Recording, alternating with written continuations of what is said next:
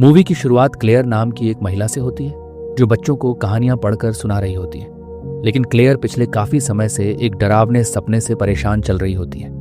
हर रात उसे सपने में एक पुराना फार्म हाउस और एक छोटी बच्ची दिखाई देती है जो चीखते हुए जंगल की ओर भाग रही होती है।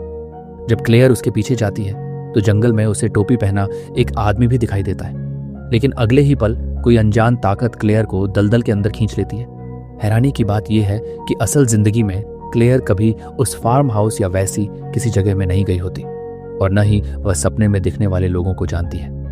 इन सपनों की वजह से उसकी मानसिक हालत इतनी खराब हो चुकी होती है कि साइकोलॉजिस्ट से इलाज कराने के बाद भी उसे कोई फायदा नहीं होता। इसी बीच एक रात टीवी पर प्रॉपर्टी का विज्ञापन देखते हुए क्लेयर हैरान रह जाती है, क्योंकि उसमें बिल्कुल वही फार्म हाउस दिखाया जा रहा होता है जो उसे हर रात सपनों में दिखाई देता है। वह तुरंत इंटरनेट पर उसकी जानकारी ढूंढती है और पता चलता है कि यह घर मार्शविल टाउन में मौजूद है।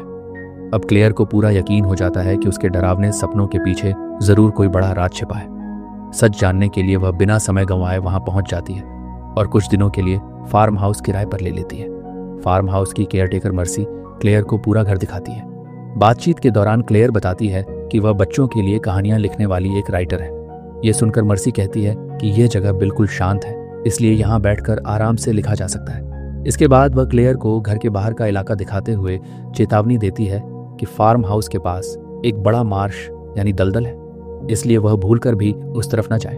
अगर किसी भी चीज की जरूरत पड़े तो गांव में सबसे पहला घर उसी का है और वह बेझिझक वहां आ सकती है। इतना कहकर मर्सी वहां से चली जाती है। उसके जाने के बाद जब क्लेयर घर में अकेली होती है तो उसे अचानक अपने पीछे किसी के गुजरने का एहसास होता है। लेकिन जब वह मुड़कर देखती है तो वहां कोई नहीं होता। वह इसे अपना वहम समझकर नजरअंदाज कर देती है। कुछ देर बाद खाने पीने का सामान खरीदने के लिए क्लेयर पास के एक लोकल स्टोर में जाती है। वहां दुकानदार को देखते ही उसे एक अजीब सा विजन आने लगता है। अगले ही पल उसे एहसास होता है कि यही आदमी तो उसके सपनों में भी दिखाई देता था। ये याद आते ही क्लेयर घबरा जाती है और पीछे हटते हुए एक आदमी से टकरा जाती है। वह अपना नाम नोआ पिटनी बताता है। नोआ क्लेयर का बहुत बड़ा प्रशंसक होता है क्योंकि क्लेयर एक मशहूर राइटर है। वह मुस्कुराते हुए कहता है, आप हमारे टाउन के मेहमान हैं, और उसका पूरा बिल खुद चुका देता है। बातचीत के दौरान नोआ बताता है कि वह टाउन के स्थानीय अखबार का एडिटर है और इस इलाके के इतिहास पर एक किताब भी लिख चुका है। वह क्लेयर को इम्प्रेस करने की पूरी कोशिश करता है। जब क्लेयर वहां से जाने लगती है तो जाते जाते नोआ उससे कहता है कि अगर उसे कभी किसी चीज की जरूरत पड़े तो उसका फोन नंबर अखबार के पीछे लिखा हुआ है। शाम को जब क्लेयर शांति से बैठकर लिखने लगती है तभी अचानक पूरे घर की लाइट चली जाती है। बिजली चेक करने के लिए वह बेसमेंट में जाती है जहां उसे एक पुराना दरवाजा रखा हुआ दिखाई देता है। उसे तुरंत याद आता है कि यही दरवाजा भी उसे अपने डरावने सपनों में दिखाई देता है। अगली सुबह क्लेयर नोआ को बुलाकर उस दरवाजे को उसकी सही जगह पर लगवा देती है। इसी दौरान वह नोआ से पूछती है कि क्या लोकल स्टोर का दुकानदार शुरू से ही इस टाउन में रहता है। यह सवाल सुनते ही नोआ थोड़ा हिचकिचा जाता है, लेकिन फिर हाँ में जवाब देकर वहां से चला जाता है। लेकिन अब धीरे धीरे फार्म हाउस में अजीब घटनाएं शुरू हो जाती हैं। शाम में जब क्लेयर आराम से कुर्सी पर बैठकर किताब पढ़ रही होती है तभी अचानक मौसम खराब हो जाता है। तेज हवाओं से पूरा फार्म हाउस हिलने लगता है और लाइटें भी अपने आप टिमटिमाने लगती हैं। इसी दौरान क्लेयर को सामने लगे बड़े शीशे की तरफ से अजीब आवाजें सुनाई देती हैं। वह धीरे धीरे शीशे के पास जाकर उसमें देखने लगती है। तभी उसे अपने पीछे एक छोटी बच्ची दिखाई देती है, लेकिन अगले ही पल वह गायब हो जाती है। क्लेयर दोबारा शीशे की तरफ देखती है तो इस बार उसे उसमें एक आदमी का भूत नजर आता है। घबराकर वह लोहे की भारी चीज उठाकर शीशे पर दे मारती है। शीशा टूटते ही वह भूत भी गायब हो जाता है। अब क्लेयर को पूरा यकीन हो जाता है कि इस फार्म हाउस में कोई गहरा राज छिपा है। अगली सुबह वह नोआ पिटनी से मिलती है और उससे इस जगह की पूरी सच्चाई बताने के लिए कहती है। नोआ कुछ पल चुप रहता है, फिर कहता है कि इतनी बड़ी कहानी सड़क पर खड़े खड़े नहीं बताई जा सकती, इसलिए अगले दिन डिनर पर वह सब कुछ बताएगा। उस रात जब क्लेयर पेंटिंग बना रही होती है तभी उसे उसी दरवाजे के नीचे से खून बहता हुआ दिखाई देता है। ये देखकर उसकी सांसें थम जाती हैं। अगले ही पल वही छोटी बच्ची फिर उसके सामने आ जाती है। ऐसा लगता है कि वह क्लेयर से कुछ कहना चाहती है, लेकिन इससे पहले कि वह कुछ बोल पाए वही आदमी का भूत वहां आ जाता है और बच्ची को जबरदस्ती अपने साथ ले जाता है। अगले ही पल दोनों गायब हो जाते हैं। क्लेयर के मन में सवाल उठने लगते हैं कि ये दोनों कौन हैं और बच्ची उससे क्या कहना चाहती है।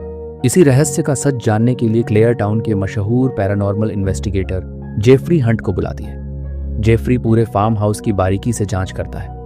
क्लेयर उसे बताती है कि यही सारी घटनाएं उसे अपने सपनों में भी दिखाई देती हैं। सारा निरीक्षण करने के बाद जेफरी क्लेयर को फार्म हाउस छोड़ देने की सलाह देता है। वह भी मानता है कि इस जगह पर कुछ बहुत गलत है और क्लेयर को जानबूझकर इतनी खतरनाक चीजों में नहीं पड़ना चाहिए।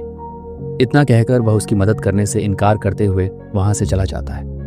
क्लेयर को लगता है कि अब उसे यह रहस्य अकेले ही सुलझाना पड़ेगा। लेकिन उसी रात जेफरी वापस फार्म हाउस लौट आता है और कहता है कि उसने क्लेयर की मदद करने का फैसला कर लिया है। इसके बाद वह पूरे फार्म हाउस में कैमरे और अपने सारे इक्विपमेंट लगा देता है ताकि रात में होने वाली किसी भी पैरानॉर्मल एक्टिविटी का सबूत रिकॉर्ड हो सके। सारा इंतजाम करने के बाद दोनों घर के बाहर बैठकर इंतजार करने लगते हैं। क्लेयर बताती है कि जब वह 8 साल की थी तब एक हादसे में उसके माता पिता की मौत हो गई थी, लेकिन उसे 8 साल की उम्र तक की कोई भी बात याद नहीं है। तभी वहां नोआ पिटनी पहुंच जाता है। वह क्लेयर को याद दिलाता है कि आज दोनों साथ डिनर करने वाले थे। क्लेयर उससे माफी मांगते हुए कहती है कि वह आज एक जरूरी काम में व्यस्त है और किसी दूसरे दिन साथ डिनर करेंगे। नोआ भी उनकी मदद के बहाने वहीं रुकने की कोशिश करता है, लेकिन जेफरी साफ कह देता है कि उन्हें किसी मदद की जरूरत नहीं है और बेहतर होगा कि वह वापस चला जाए। दोनों के बीच का माहौल देखकर ऐसा लगता है कि जैसे दोनों को भूतों से ज्यादा क्लेयर में दिलचस्पी हो। आखिरकार नोआ वहां से चला जाता है। उसके जाने के बाद जेफरी और क्लेयर घर के अंदर लौट आते हैं। इसी दौरान उन्हें एक कमरे से अजीब रोशनी बार बार जलती और बुझती दिखाई देती है। दोनों सावधानी से उस कमरे की तरफ बढ़ने लगते हैं। कमरे के अंदर पहुंचते ही उन्हें फिर से वही छोटी बच्ची दिखाई देती है, लेकिन इस बार क्लेयर डरती नहीं, बल्कि उसे महसूस होता है कि बच्ची उसे नुकसान नहीं पहुंचाना चाहती, बल्कि कोई जरूरी बात बताना चाहती है। क्लेयर धीरे धीरे उसके पास जाकर उससे बात करने की कोशिश करती है, लेकिन तभी हमेशा की तरह वही लड़के का भूत वहां आ जाता है और बच्ची को अपनी ओर खींच लेता है ताकि वह क्लेयर से कुछ न कह सके। इसके बाद वह अपनी पैरानॉर्मल पावर से क्लेयर और जेफरी दोनों को दूर फेंक देता है। दोनों किसी तरह उठकर वहां से बाहर भाग जाते हैं, लेकिन अब उन्हें यकीन हो जाता है कि वह छोटी बच्ची उन्हें किसी बड़े राज तक पहुंचाना चाहती है। अगले दिन क्लेयर नोआ पिटनी से मिलती है। नोआ उसे बताता है कि कई साल पहले यहाँ रोज नाम की एक छोटी बच्ची अपने परिवार के साथ रहती थी। एक दिन रोज और उसका बड़ा भाई मार्श के दलदल के पास गए और फिर कभी वापस नहीं लौटे। गांव वालों का मानना था कि दोनों दलदल में डूबकर मर गए, इसलिए शायद क्लेयर उन्हीं की आत्माओं को देख रही है। इसी बीच टाउन में एक और खौफनाक घटना घटती है। वही लोकल शॉपकीपर जिसे देखकर क्लेयर को पहली बार विजन आया था, अपनी दुकान पर अकेला होता है। तभी अचानक दुकान का सारा सामान अपने आप हिलने लगता है और उसके सामने रोज का भूत आ जाता है। उसी समय क्लेयर भी दुकान के बाहर पहुंच जाती है। शॉपकीपर उससे मदद मांगने लगता है, लेकिन रोज अपनी ताकत से दुकान के सभी कांचों पर धुंध जमा देती है, जिससे क्लेयर अंदर कुछ भी नहीं देख पाती। अंदर शॉपकीपर मदद के लिए तड़पता रहता है और रोज उसे मार डालती है। धुंध हटने के बाद क्लेयर को उसकी लाश दिखाई देती है। क्लेयर को लगता है कि यह सब उसकी ही गलती है, लेकिन जेफरी उसे समझाता है कि इसमें उसकी कोई गलती नहीं है।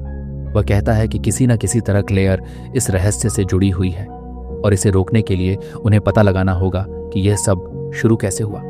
उसी समय जेफरी के रिकॉर्ड किए हुए वीडियो की स्क्रीन पर अचानक एक न्यूज़पेपर चिपक जाता है, मानो रोज उन्हें कोई संकेत देना चाह रही हो। दोनों पुराने रिकॉर्ड खंगालते हैं और उसी तारीख का एक पुराना न्यूज़पेपर ढूंढ निकालते हैं। उसमें लिखा होता है कि रोज के गायब होने के समय ऐसी अफवाह फैली थी कि फार्म हाउस के मालिक के बेटे ब्रैंडन ने उसके साथ गलत काम किया था। उसके बाद रोज और ब्रैंडन दोनों ही लापता हो गए थे और यह घटना इसी फार्म हाउस में हुई थी। अखबार में फार्म हाउस की केयरटेकर मर्सी, शॉपकीपर और नोआ पिटनी की एक पुरानी फोटो भी छपी होती है। उसी फोटो में उनके पीछे ब्रैंडन भी दिखाई देता है, जिसका भूत क्लेयर इतने समय से देख रही थी। ये देखकर क्लेयर समझ जाती है कि नोआ, मर्सी और शॉपकीपर शायद ब्रैंडन को अच्छी तरह जानते थे और नोआ ने रोज और ब्रैंडन को भाई बहन बताकर उससे झूठ बोला है। शायद वह कोई बड़ी बात छिपा रहा है। तभी नोआ वहां आ जाता है, लेकिन क्लेयर और जेफरी उससे कुछ नहीं कहते। वे दोनों सीधे फार्म हाउस की केयरटेकर मर्सी के पास पहुंचते हैं, जो उस समय अपने बार्न में काम कर रही होती है। वे उससे रोज और ब्रैंडन के बारे में पूछते हैं, लेकिन मर्सी घबराकर सिर्फ इतना कहती है कि दोनों 20 साल पहले लापता हो गए थे। इससे ज्यादा उसे कुछ नहीं पता। इसके बाद वह उन्हें वहां से जाने के लिए कह देती है, लेकिन उनके जाने के थोड़ी देर बाद मर्सी के फार्म में भी वही पैरानॉर्मल घटनाएं शुरू हो जाती हैं। चारों तरफ रखा सामान अपने आप हिलने लगता है और फिर अचानक रोज वहां भी प्रकट हो जाती है और मर्सी को भी मार डालती है। इधर जेफरी को अब लगने लगता है कि जो छोटी बच्ची बार बार क्लेयर को दिखाई दे रही है वह कोई और नहीं बल्कि बचपन की क्लेयर ही है। वह मानता है कि शायद बचपन में उसके साथ हुई उस दर्दनाक घटना के सदमे की वजह से क्लेयर अपनी 8 साल की उम्र तक की सारी यादें भूल चुकी है और उसी सदमे की वजह से शायद उसकी आत्मा का एक हिस्सा आज भी उसी फार्म हाउस में फंसा हुआ है। अगर उस बच्ची की आत्मा को मुक्ति दिलानी है तो पहले उसे ब्रैंडन के भूत से छुटकारा दिलाना होगा। दोनों सीधे फार्म हाउस के मालिक यानी ब्रैंडन के पिता के घर पहुंचते हैं। क्लेयर उन्हें बताती है कि उसने ब्रैंडन का भूत फार्म हाउस में देखा है और पूछती है कि उनका बेटा ब्रैंडन उस रात फार्म हाउस में उस छोटी बच्ची रोज के साथ क्या कर रहा था, लेकिन वह मानने से ही इनकार कर देते हैं कि उसके साथ कोई बच्ची थी। उन्हें शायद डर होता है कि अगर यह अफवाह सच साबित हो गई तो उनकी बदनामी हो जाएगी। वे एक टूटे हुए पिता होते हैं। क्लेयर उनसे ब्रैंडन की कोई खास चीज मांगती है ताकि वे रोज को ब्रैंडन के भूत से छुटकारा दिला सकें, लेकिन ब्रैंडन के पिता उसे तुरंत घर से निकाल देते हैं। क्लेयर और जेफरी वापस फार्म हाउस की ओर लौटने लगते हैं। तभी अचानक क्लेयर को जंगल में फिर से रोज दिखाई देती है जो उसे अपने पीछे आने का इशारा करती है। क्लेयर बिना सोचे समझे उसके पीछे दौड़ पड़ती है। जेफरी भी उसके पीछे भागता है, जबकि उन्हें पता भी नहीं चलता कि नोआ पिटनी भी उनका पीछा करते हुए उसी जंगल में पहुंच चुका है। रोज का पीछा करते करते क्लेयर अचानक एक दलदल में गिर जाती है और धीरे धीरे उसमें धंसने लगती है। तभी नोआ वहां पहुंचता है, लेकिन उसे बचाने की बजाय रिवॉल्वर निकालकर उसे मारने की कोशिश करता है, मानो वह क्लेयर को हमेशा के लिए चुप करा देना चाहता हो ताकि सालों पुराना कोई राज कभी किसी के सामने ना आ सके। लेकिन तभी जेफरी पहुंचकर नोआ के हाथ पर वार करता है, उसकी रिवॉल्वर छीन लेता है। फिर वह क्लेयर को भी दलदल से बाहर निकाल लेता है, लेकिन क्लेयर के साथ साथ दलदल से ब्रैंडन का कंकाल भी बाहर आ जाता है। अब नोआ आखिरकार सच बताना शुरू करता है। वह कहता है कि कई साल पहले वह मर्सी, शॉपकीपर और ब्रैंडन फार्म हाउस में शराब पी रहे थे। कुछ देर बाद उन्होंने ब्रैंडन को घर भेज दिया, लेकिन थोड़ी देर बाद दूसरे कमरे से रोज की चीख सुनाई दी। वहां पहुंचकर उन्होंने रोज को ब्रैंडन की बाहों में मरा हुआ पाया। ब्रैंडन बार बार कह रहा था कि उसने जानबूझकर कुछ नहीं किया। मर्सी ने गुस्से में नोआ की रिवॉल्वर ब्रैंडन पर तान दी थी, लेकिन नोआ ने उसे रोक लिया। फिर पुलिस और बदनामी के डर से तीनों ने मिलकर इस पूरी घटना को छिपाने का फैसला कर लिया। लेकिन इसके बाद क्या हुआ, ये बताने से पहले ही नोआ फिर से वहां से भागने लगता है तो रोज उसे भी दलदल में खींचकर मार डालती है। इसी के साथ रोज उन तीनों लोगों से अपना बदला पूरा कर लेती है जिन्होंने उसके साथ हुए अपराध को छिपाया था। लेकिन अभी भी इस रहस्य के कई सवालों के जवाब मिलना बाकी होते हैं। दोनों फिर से फार्म हाउस लौटते हैं जहां ब्रैंडन के पिता उनका इंतजार कर रहे होते हैं। वह आखिरकार उन्हें ब्रैंडन का कंबल दे देते हैं। जैसे ही दोनों घर के अंदर पहुंचते हैं उन्हें रोज फिर से दिखाई देती है। इस बार क्लेयर की नजर उसके गले में पहने लॉकेट पर पड़ती है और अचानक उसके बचपन की सारी यादें लौट आती हैं। उसे याद आता है कि रोज उसकी अपनी सगी छोटी बहन है। उनके माता पिता की मौत के बाद मर्सी उनकी देखभाल करती थी और वही उन्हें इस फार्म हाउस में लेकर आई थी। उसने उन्हें ऊपर ही रहने को कहा था, लेकिन जब वे खेल रही थीं तभी ब्रैंडन उनके कमरे में आ गया और उसने रोज के साथ गलत काम करने के बाद उसकी हत्या कर दी। क्लेयर अलमारी में छुपकर यह सब देख रही थी, लेकिन वह इतनी डर गई थी कि उसे समझ नहीं आया कि वह क्या करे। तभी कमरे में मर्सी, नोआ और शॉपकीपर आ गए। घबराहट में क्लेयर ने मर्सी के हाथ से गिरी रिवॉल्वर उठाकर ब्रैंडन को गोली मार दी और डरकर जंगल की ओर भाग गई। लेकिन नोआ, मर्सी और शॉपकीपर ने इस पूरी घटना को पुलिस को बताने के बजाय ब्रैंडन और रोज दोनों की लाशें दलदल में फेंक दी ताकि इस घटना का कोई सबूत न बचे। क्लेयर छिपकर उन्हें ऐसा करते हुए देखती रही, लेकिन पूरी रात जंगल में बिताने के बाद जब अगली सुबह वह कुछ हंटर्स को मिली, तब तक सदमे की वजह से वह अपने बचपन और उस रात की सारी यादें भूल चुकी थी। लेकिन क्लेयर को अब समझ आ जाता है कि इतने सालों से आने वाले सपने कोई सपने नहीं, बल्कि उसके बचपन की दबी हुई यादें थी। और रोज की आत्मा इतने सालों से सिर्फ इसलिए भटक रही थी ताकि उसकी बहन को पूरी सच्चाई याद आ जाए और उसे इंसाफ मिल सके। लेकिन तभी ब्रैंडन का भूत फिर से रोज को अपने साथ ले जाने वहां आ जाता है। इस बार वह पहले से ज्यादा ताकतवर होता है। वह पूरे कमरे में उथल पुथल मचाकर क्लेयर और जेफरी पर हमला कर देता है। क्लेयर इस बार पूरी ताकत से अपनी छोटी बहन रोज को बचाने की कोशिश करने लगती है।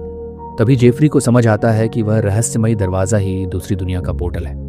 वह तुरंत क्लेयर से दरवाजे का कांच तोड़ने के लिए कहता है ताकि ब्रैंडन को दूसरी दुनिया में भेजा जा सके। क्लेयर पूरी ताकत से कांच तोड़ती है और ब्रैंडन के कंबल की मदद से उसे उस दरवाजे के पास बुला लेती है, जिससे ब्रैंडन दूसरी दुनिया में खींच जाता है और आखिरकार रोज को उससे हमेशा के लिए मुक्ति मिल जाती है। आखिर में रोज भी मुस्कुराकर क्लेयर को अलविदा कहती है और वह भी हमेशा के लिए गायब हो जाती है, क्योंकि अब उसे इंसाफ मिल चुका होता है और उसकी बहन को भी पूरी सच्चाई याद आ चुकी होती है। इसी के साथ मूवी यही खत्म होती है। उम्मीद है आपको कहानी अच्छी लगी होगी। कहानी अच्छी लगी हो तो चैनल को सब्सक्राइब कीजिए। Thank you.